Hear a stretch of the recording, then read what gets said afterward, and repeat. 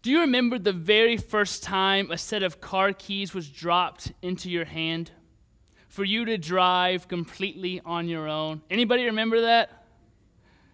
I remember my first solo drive. It was pretty simple, 10 miles round trip maybe at most. I was given a job.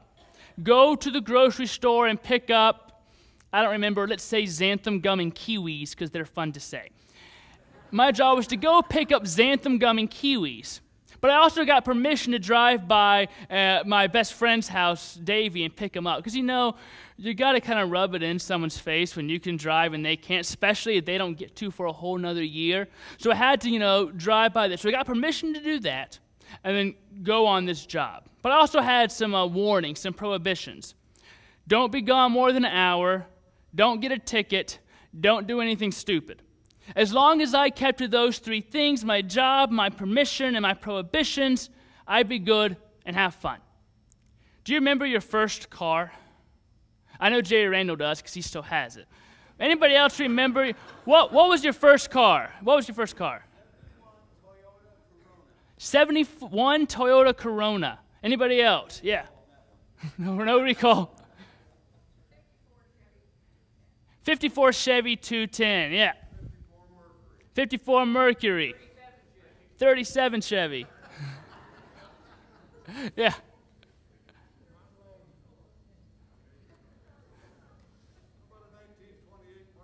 1928 Marquette. Mine I think was what was it? Maybe like a 1998 Nissan 240 SX. I call it the ghetto wagon because it was this like kind of sea coral green with these tinted windows and these crazy chrome rims. I was pretty sure somewhere hidden in the car were drugs or something. So that was my first car. Do you remember what it meant for you to get that first car, to get the keys dropped into your hand? And this is your car. Maybe it was a car that you worked really hard for to buy yourself. Maybe it was a car your parents bought for you. Maybe it was a car you and your parents worked on and built up together until it was finally ready. What did it mean for you to have that first car of your own? Freedom. Right, you can go where you want to go. You don't have to rely on somebody else to pick you up. Or like me, you sit and wait at Boy Scouts for 30 minutes wondering if your parents remembered you. You don't have to wait for anybody to come pick you up again. What else did it mean for you? Coolness, right. Unless you had the ghetto wagon, and then not the case. What else? What about responsibility? Anybody have to go pick up younger brothers or sisters? Like, oh, now you have a car. Your job is to maybe get groceries, pick up the dry cleaning, pick up your little brother from soccer practice. Also responsibility in the fact that you drive a car now. Cars can do damage. It's responsibility that you are behind the wheel of a powerful machine. You also have advantages now. You have a better chance to get jobs. You can get back and forth. Easier time to be on sports. So you don't have to worry about the bus. You have potential. Think of all the potential you have now with this car. What you can do. Freedom, responsibility, potential, advantage, all of those things. That's what it meant for you. What did it mean for your parents to give you the keys, if they're the ones who gave you the keys? Maybe it was their old car. Maybe you built it together. Maybe they helped you pay for it. What do you think it meant for them? Or if you're a parent and you ever gave keys to your child, what did it mean for you to give them those keys? Nightmare. Okay, so I don't want to be around your children when they're driving, apparently. What else? What did it mean for you? Had to let go. You had to let go of some control. Now you can't control wherever they go. You have to some ways trust them, right? Because they can say they're going to the grocery store, but unless you have a GPS tracker on the car, you don't know. You have to give them some freedom. You cede some control. You cede some freedom. You have to choose to trust. You're also somewhat on more equal footing in some ways. Because they can drive, you can both go places. It changes the dynamics just a little bit. What did your parents say to you as you drove off the lot to your driveway the very first time? Do you remember? Be careful. You know what mine said? Here are the keys, don't wreck it. In the very beginning, when there was earth and sky and water, God formed the first human. Out of clay and mud, God formed it.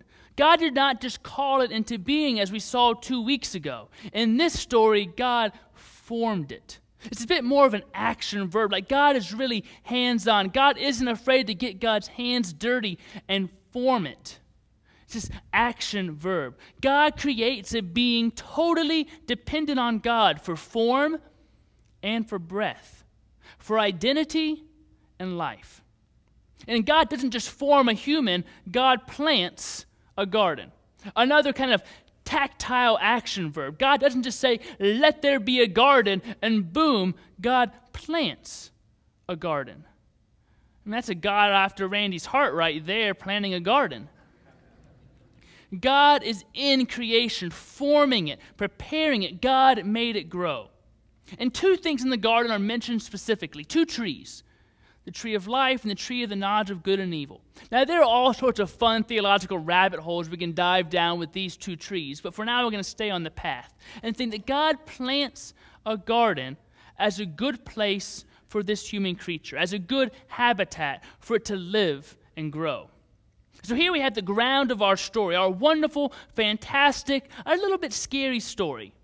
Like any great tale, myth, children's book, the setting has to provide potential for great wonderment, but also potential for danger. If you think of any great story that really captured your imagination, there's always the potential for great wonderment and amazingness, but there was always that hint of danger always lurking. That's what made a great story, right? Without those two things, you don't really have a story, you don't have history, you don't have things happening, it's just too safe. And here we have a bit of danger lurking on the backgrounds because God says, do not eat of the tree of the knowledge of good and evil, for if you eat it on that day, you shall surely die. Why is that tree there? If it's such a dangerous tree, don't plant it. That makes sense. Don't plant poison ivy in your garden and then say, don't touch the poison ivy, right? Why even have the tree there if it's that dangerous? We don't know. It never says anything about why the trees came, why God said not to eat this. It's just there. Don't eat this. You know, the garden is an act of grace to the human. But as with the gift of Jesus, there is no cheap grace. There's still this hint of danger there. So why is the human in the garden? What's the point? Where is this story going? Well, I think it sets the framework for our entire human destiny. Who we are, our identity, what we're here for, how to have a happy and abundant life. So if that interests you, you should pay attention now. This is good stuff here. You know, the creature, the human, the Adam in Hebrew, is given a job, a vocation, if you will. He is to till and keep the garden.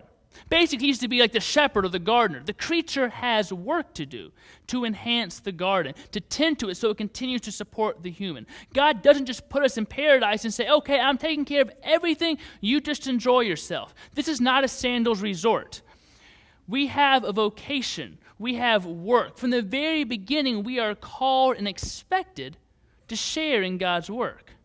That's a big point. That's a key point. We're going to touch on that a little bit later, but that's huge. We have a job, yes, but we also have permission. This doesn't get hit on nearly enough with this. We have permission. This is our garden. We can eat whatever we want. We aren't servant workers who work and till the ground and have to give all the fruits of our labors away.